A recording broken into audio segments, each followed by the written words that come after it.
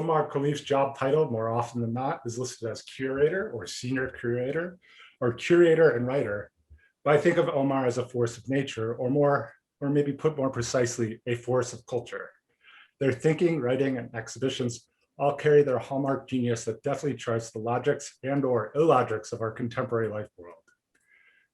Omar Kholeif has written numerous books, reviews, and catalog essays, but for me, his Jeddah's Childhood, which I'm going to hold up here, circa 1994, is a favorite, along with their recent essay for our journal Portable Gray entitled A Country as Far Away as Health.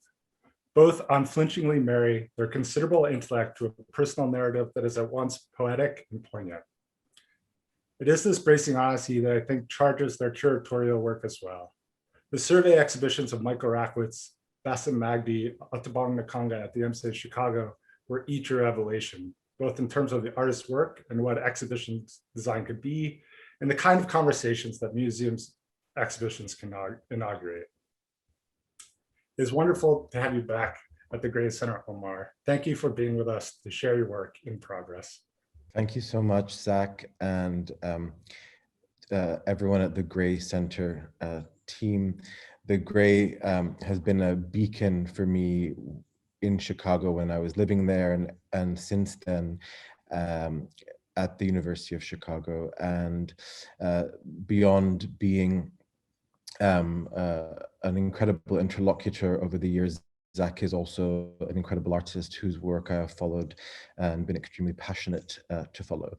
And I thank you both, WJT Mitchell, my friend, my Baba, and so many other things, and for taking this time on your birthday to join me, and to Renoir Hayek, who's the interim director of the Gray, for really working with Zach to invite me to begin a project that I had started to develop in 2015 that I kind of left or abandoned.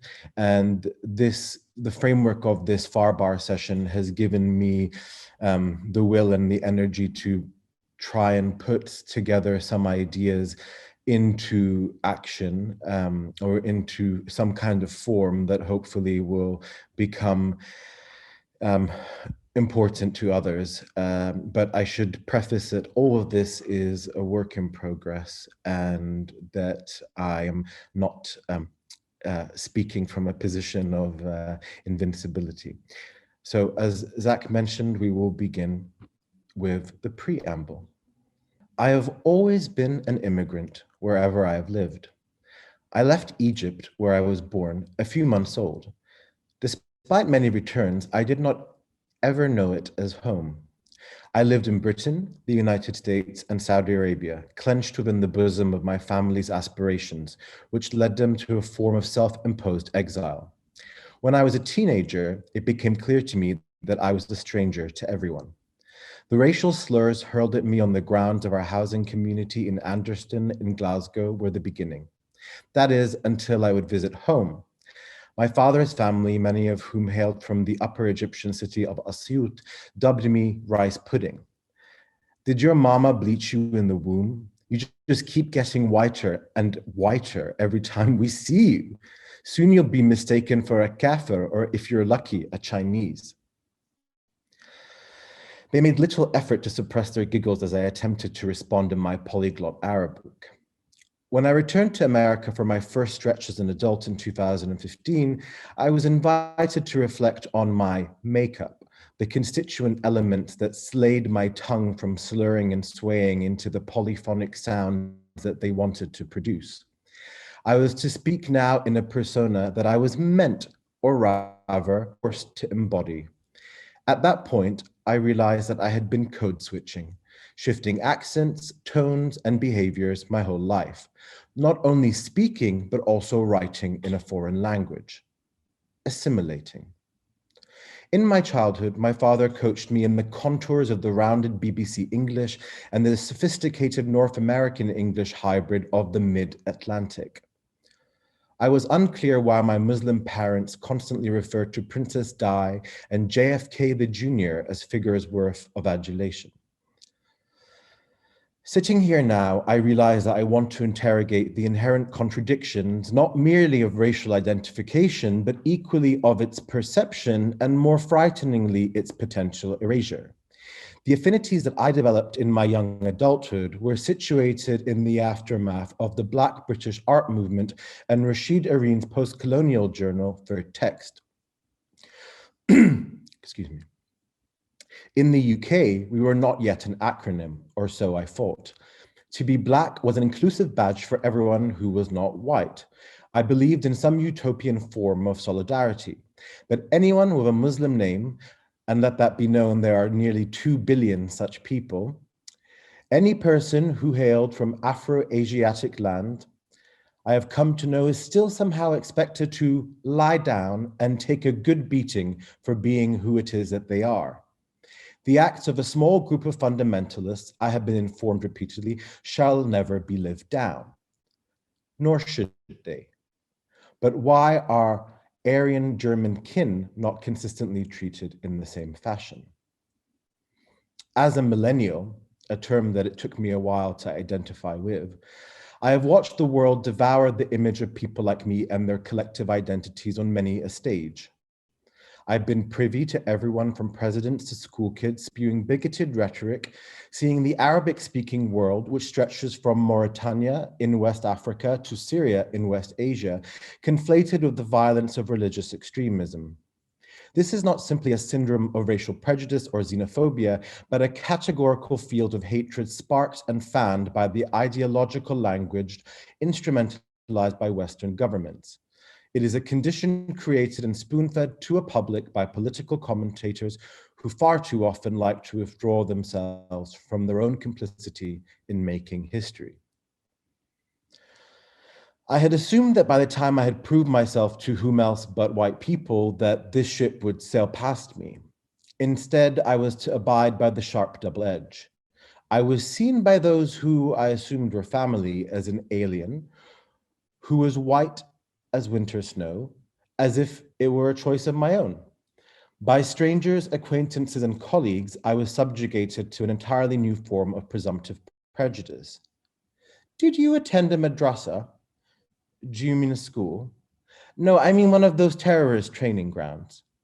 A madrasa is just a school. Smiles all around. Do you support ISIS? Did you go to a real college? Them sand insert slur are still out to get us, you know. I was always instructed to speak politely. Occasionally, these words made their way into the realm of the personal. On the roof of Los Angeles's once iconic Standard Hotel, my sister-in-law felt it appropriate to profess to me, again on the rooftop of a skyscraper, that the Arabs had destroyed the American subconscious by blowing up the Twin Towers. I am unclear where this line came from, especially considering it was maybe only our second or third meeting.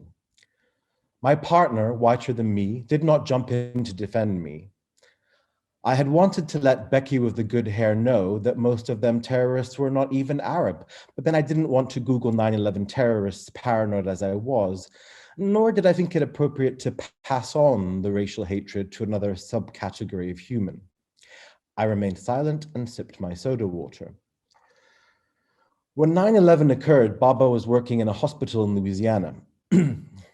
I remember him calling us in Torrance, California to tell us we should consider leaving. He'd been privy to an elevator scene where a woman wearing a shilla or a hijab was terrorized and spat on by a consultant. I do not know if he intervened. A friend of our family who taught at a noteworthy New England college was held up on charges and carried out of his home for donating funds to a Palestinian charity. We heard constant secondhand stories of professors at the top of their field being denied tenure and the image of what was dubbed our people hollowed of their humanity in university classrooms. I do not recall seeing these stories on the news. Time wove its silky web and we were in Cairo. It seemed that a mass exodus from the US had taken place. So many faces from Southern California were now here in this overbuilt city, which was as foreign to me as anywhere else. When I became aware that I was perennially code switching, I started to research the subject. Many a journal, from Psychology Today to the Harvard Business Review, speaking particularly of the African-American experience, argued that it was not a condition of fitting in, but rather a mechanism for survival. My grandfather, who lived in Upper Egypt for the entirety of his life, where his kind were referred to as Sa'ida, a term used at first to denote geography, with time grew to denote difference. Egyptian films, which until recently formed one of the largest film industries in the world, used the figure of the Upper Egyptian as a mechanism to proffer a form of ideological racism. The Sa'ida, who included farming communities, large Coptic populations, as well as dark-skinned kinfolk, including Nubian communities, were the subject of the butt of many a racial joke. They were not quite the Dalits of India, but the 40 million Egyptians in this sphere were expected to embody their poverty. In the movie Saidi fil Jam'a al-Amerikiyya, a Saidi at the American University from 1998, the star of the film, Mohammed Hinidi, is reduced to a rotund, unfashionable, otherworldly presence who cannot keep up with the aspirational Joneses. He is seen as antithetical to the Egyptian notion of progress. Although Hinidi is complicit in propagating stereotypes of Upper Egyptians, beneath the facade is a darker politic of systemic racism that also speaks to Egypt's history of Sudan, a nation once an Egyptian protectorate under British colonial rule, that of course being subject to much debate. So is this a separation of self and other? To return to my grandfather, he raised us with the Pan-African ideal. He spoke of Leopold Senghor, who argued that as Africans, we are different. The Pan-African language spoke of Black emotion and the concept of negritude, which included all Africans and their diasporas in its midst. Frantz Fanon, who in 1952 published Black Skin, White Masks, was also pivotal here, arguably setting the ground for the analysis of code switching. Yet he struggled with the theories of negritude, arguing that it was not necessarily rational and that rationality was one of his primary tools. The Martinican author, Edouard Glissant, spoke of opacity, which in our post-digital age takes on new meaning. Is opacity what protects the diverse subject? How does opacity differ from invisibility? Glissant's Caribbean discourse also popularized the concept of diversalism, not necessarily an oppositional concept to the Christian ideal of universalism that we would all one day be saved, but a different lens by which we could look at ourselves, perhaps a lens that we could construct. What does it mean to look at our invisibility through the lens of the very immediate present? Today, more than 100 million Americans have been given their first dose of the vaccine, an injection intended to protect us from a global pandemic that has brought humanity to its knees. Of the individuals most disproportionately affected are people of color. Has a syringe ever looked so good, so aspirational? But you can't buy it, or can you? How has the mythical liquid within these vessels been transferred? At the time of writing, a study in The Guardian surveying 17 US states finds that minorities are disproportionately disenfranchised when it comes to inoculation. Is a person of color expected to keep washing their hands with soap and water 20 seconds back and forth, till their time comes? Is there no right to demand a suitable schedule as opposed to having to look at state notice boards? Isn't that the problem with history? Those most in need are always left in the funnel, in the interstices. Medical industrial complex is not colorblind. A text message arrives informing you that you can receive an inoculation now. But how does a working single parent negotiate the cost of childcare in an era of social distance? A dream of the new normal moving in and out of focus. You stay at home. Potentially in your small apartment with your children toppling you. You're saving lives, but also losing your own mind. The scars of and to your psychological health become concealed. Your health insurance, if you can afford it, does not cover psychological or psychiatric care. Some have maintained the new normal. most often against their will. In many countries, government employees require that you go back to work, and that means in person, perhaps to present an illusion of an evolution against the disease. Your COVID-19 testing, however, is not covered by an insurance policy, and so you fork out a couple of $100 every week, concerned for the safety of your family at home. The virus has gone airborne, but business is business, and we cannot say goodbye to our airlines. Who will take us to Palma or Key West or Tenerife or Lanzarote or any other number of places one wishes to vacation when the pandemic is over? Also, airplanes are practically the safest place to be right now. You find comfort in memes.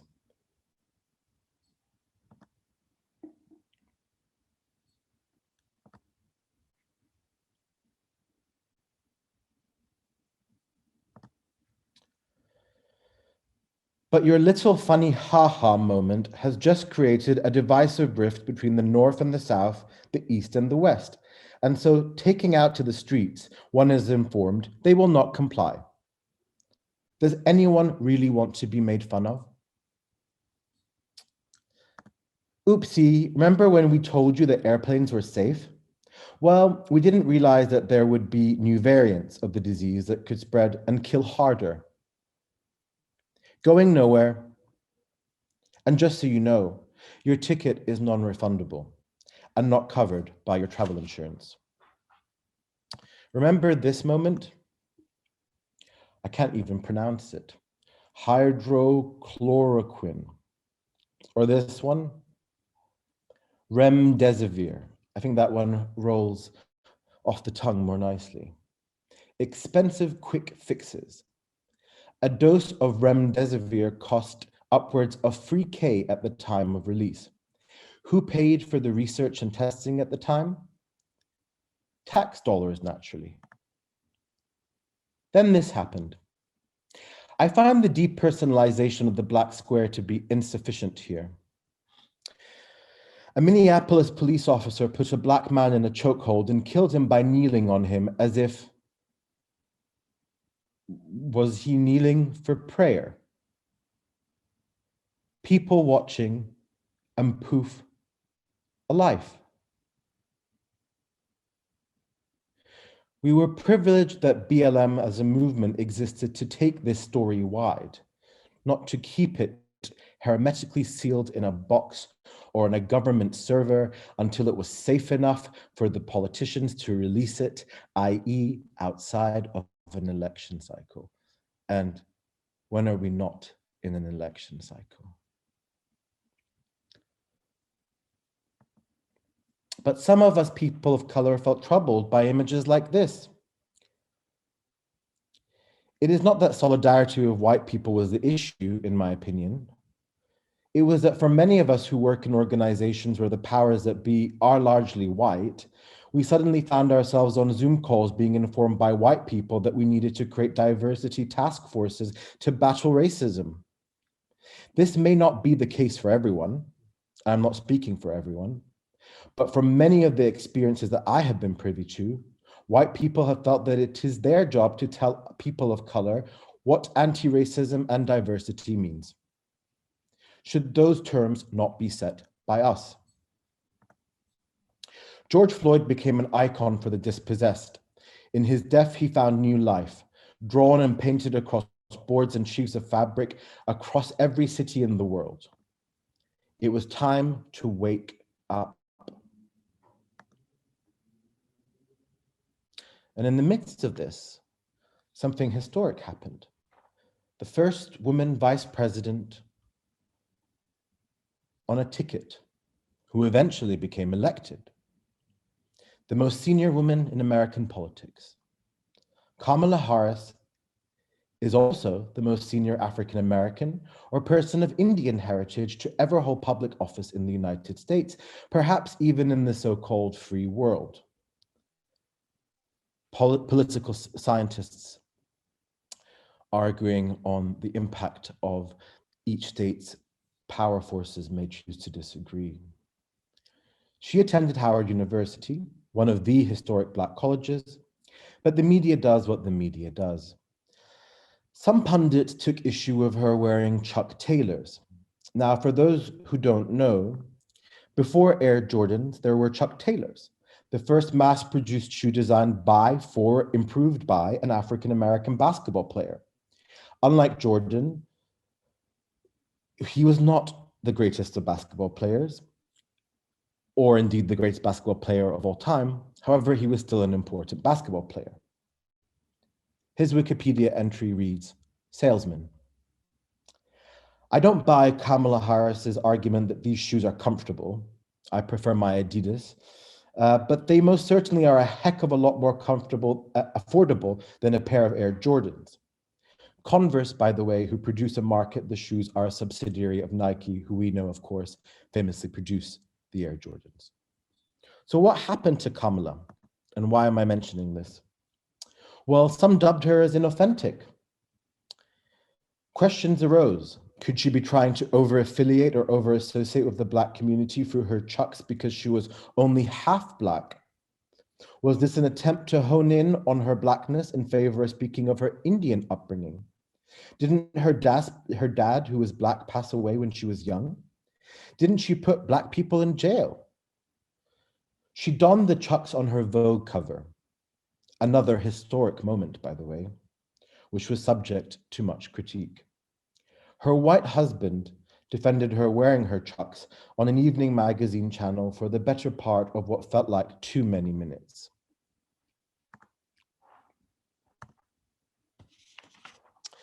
The echo chamber was still obsessed with Donald J. Trump, however, who constantly stumbled.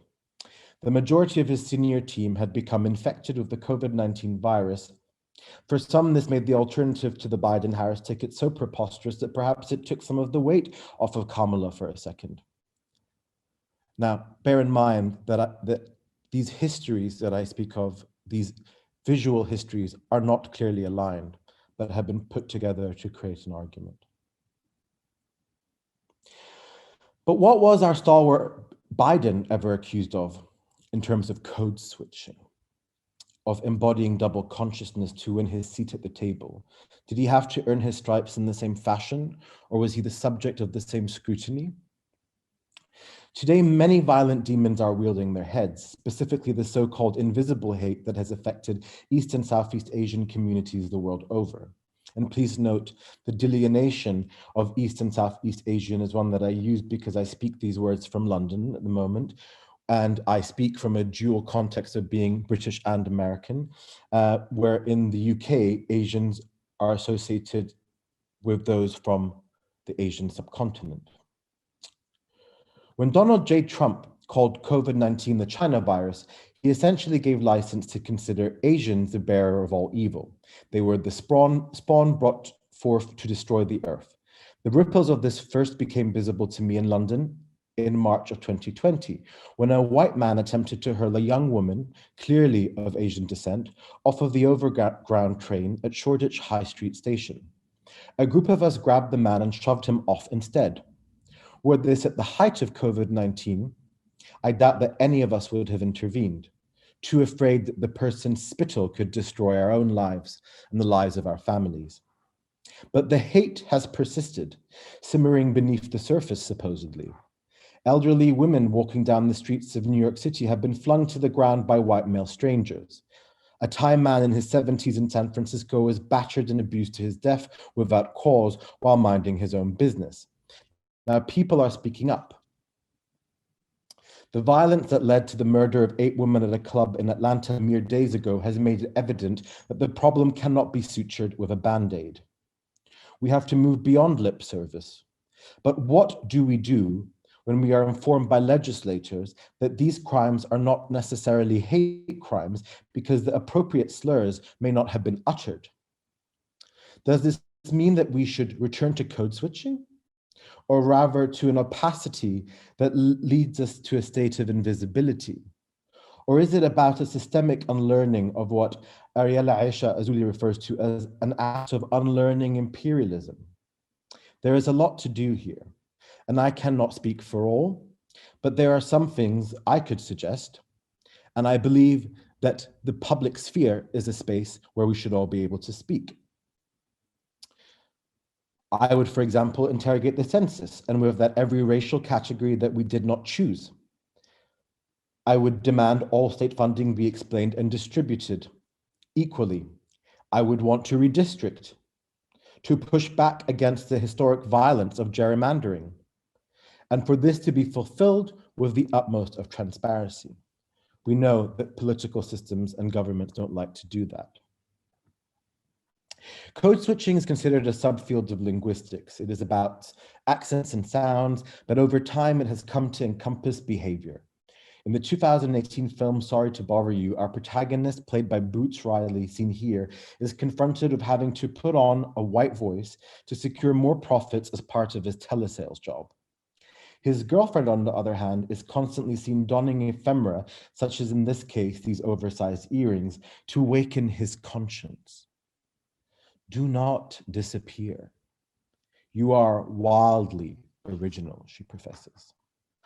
Now, some of what I say might not be original to all. The students of Du Bois, Cornel West, Henry Louis Gates Jr. will be familiar with many of the inherent contradictions explored here, and I am not done or near done, but I am not here to prove academic credentials either, and or to discuss life in a vacuum. I am here to consider the condition of the present. What does it mean to live in a world where we consume more images in a day than potentially our grandparents might have consumed in an entire lifetime? What do we do when less than 1% of those images speak of, about, or to, or for us? What would it look like to demand a new kind of visuality? An instantaneously celebratory visuality that forges a new form of imagination. Can we cross-mobilize across ethnic, social, and economic planes? So I'm going to end this second part with a light touch observation of the case of the Arab in white culture, which is in itself a contradiction, because the Arab is marred by two things. One, an obsessive quest for authenticity, and two, is the too old desire for passing. And why might that be? It might have to do with the fact that in 1907, wealthy Christian Levantine businessmen from the so-called Middle East and North Africa moved up from South America to the US seeking citizenship when being white was one of only two criteria to become US citizens. This led to court cases that situated us Black and brown Arabs as white in the US Census up to this day. The hate crimes persisted against us over the years, killing everyday citizens, but this has not necessarily seemed to matter. Does not having to tick a subsidiary box then not shield you, not make you a protected community, is a question that I'm left asking myself. Arab Americans are in a novel cultural moment because two actors with the same name, first name, Rami Youssef and Rami Malek, albeit spelled differently, have perhaps changed something. Rami Youssef is the creator and star of the first mainstream sitcom in the English language with an all-Arab cast and lead role that has been awarded with the likes of Golden Globes and Emmy Awards. Rami Malek, on the other hand, is the first person of Arab descent to win an Academy Award. Exhibit A, Rami Youssef has made a career of exposing the authentic lives of Muslim Arab Americans with his eponymous sitcom set in a fictional New Jersey suburb. Exhibit B, Rami Malek has made his name by disappearing into meaty drama, eschewing the personification that Arab actors can only play terrorists, something that I could give you a long lecture on. Yet Exhibit A tends to present himself as scruffy, no-nonsense archetype, while Exhibit B creates red carpet moments of his glamorous actor, former model, girlfriend Lucy, such as this expressive PDA, nary being asked a question about what one might deem his point of origin, affiliation, or ethnicity. Should we accuse him of passing or not? In my book, I intend to explore these questions further in an essay, which I'm sure my late godfather will be proud of, called The Curse of the Egyptian Actor. So where to from here? Are we all dreaded to don white masks over our colored skin? What might possible resistance look like? And the answer may well be within our grasp. Inoculation 3.0. Interior, an Islington Primary Care Centre. The volunteer running the check-in desk charges her hand at me like a red stop sign. She isn't logged in yet. I let out a smile, not that she can see the round cheeks forcibly squeezed behind this masked crusader's suite of double protection. I am not in the system, nowhere to be found. I pull out my text message confirming my appointment, time, and location. This is treated as an egregious act, a royal FU. Oh, hell, I'll say it, a royal fuck you. I am instructed to sit on the seat in the furthest corner away from the over 70s who wear their sullied blue face masks under their noses. A summoning.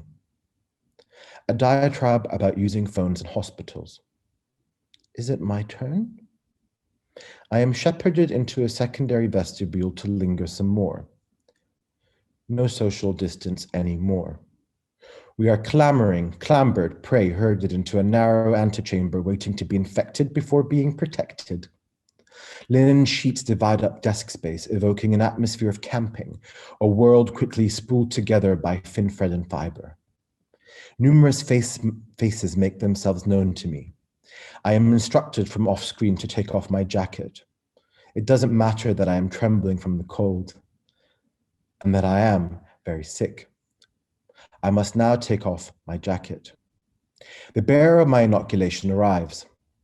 I am the doctor who will be giving you your vaccine today. A doctor, not a nurse. A doctor, not a nurse, not a volunteer. I must be one of the lucky ones. I'm still not in the system. Endless computer error messages appear on Dr. X's screen. She takes her seat. A meek volunteer comes in and out of view, removing and replacing the little black laptop. Back and forth, an endless dance of failure.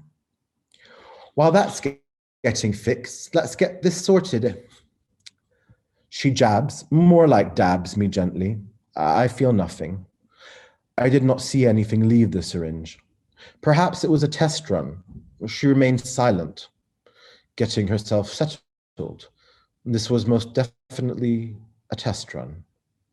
I need to ask you about your ethnicity. Why is that, I profess? I attempt to chuckle to make evident that I'm having a laugh, as they say over here. People like you are more likely to get sick. We need to keep track of you. What do you mean, people like me? Asians. I didn't do her justice, actually, there, but because the letters came out of her mouth so forcefully, with such a sense of assuredness, that I myself was almost convinced. But I'm not Asian. What are you then? I'm mixed. You mean other. I don't like that word. That is a very odd thing to say. My dad is Sudanese and my mother is Egyptian. Ah, complicated then. What is so complex about being from two countries? I am asking you about your ethnicity, not where you are from. I pause for a moment with a hankering and a will to scream, white, British. My silence yields its own result. I am just going to pop other on there. She examines the part of my face that remained visible behind my navy face mask. I wore this treasured accessory today because it was given to me by the only new friend, the sole stranger to express unadulterated kindness to me in the year of COVID-19. It was a testament to our friendship to wear it on this day. You Middle Eastern, she interjects. Is there a box for Middle Eastern? No. Dr. X progresses to ask me a health screening questionnaire. I answer everything. Slow and methodic entry ensues. Her pristinely manicured pink nails form a quiet echo. System error. She proclaims that I am good to go. I realize this was no test run. Well, what vaccine did I get? I'm anxious. I know that I'm lucky to get whatever I get. Will I be punished for asking the question? Everyone here is getting the Oxford today. Everyone here is emphasis on is, as in is about to happen, i.e. one is meant to have a choice to put their hand up and say no. Perhaps it did not dawn on Dr. X that she might have liked to ask me the health screening questions before supposedly injecting me with the AstraZeneca vaccine to protect me from COVID-19. Did it not occur to her that I might like to know what inoculation I was receiving, that she might be required to know my history of anaphylaxis, which arm I would have preferred the needle in? I hear the words white British pronounced proudly through the fabric that forms the screen dividing me from the next person. A polite North London accent responds with pleasantries before delving into the pre-vaccination questionnaire. The duty of care is a concept made piercingly manifest in our age of coronavirus. Our isolation is a form of care of ourselves and others, as is our inoculation if we are lucky enough to hold such a privilege. Television screens and social media feeds have been overloaded with videos of health workers broken at the seams. The people responded. In Britain, in quarantine, every Tom, Dick, and Harry, as well as the odd expat celeb, insert Lena Dunham here, produced handmade flags and banners that they dangled from their windows and balconies as a means to celebrate NHS workers and their efforts during the pandemic.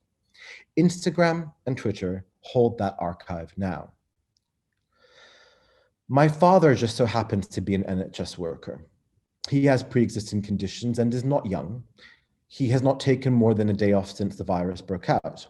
Granted, he doesn't work in an infectious disease unit or the A&E, the ER, but the risk of his contamination is meant to continue to feed his family. He's cut himself off from them. He now lives alone. My dad professes that he still meets with every one of his patients face to face, calls up those he hasn't heard from in a while, and is in the operating theatre more than usual.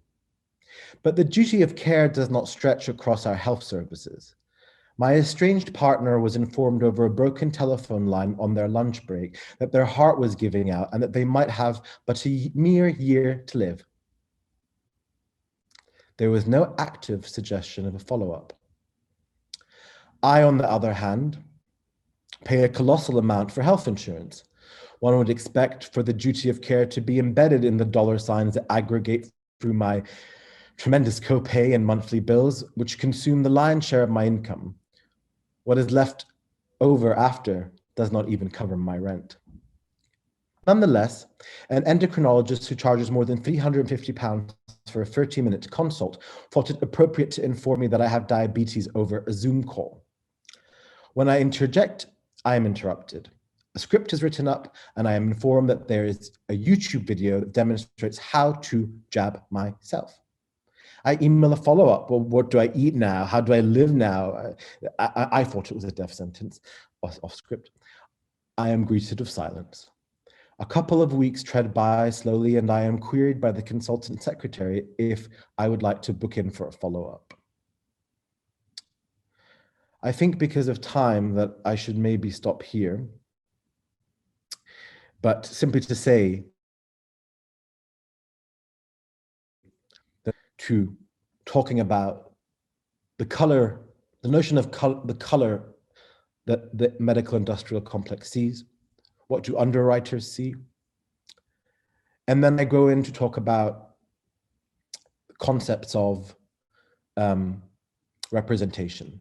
And specifically, I reference an anecdote that I had of an experience of an encounter with my dear friend who's here today, Tom Mitchell, who was writing a piece about the insurrection on the state capitol on the 6th of January 2021.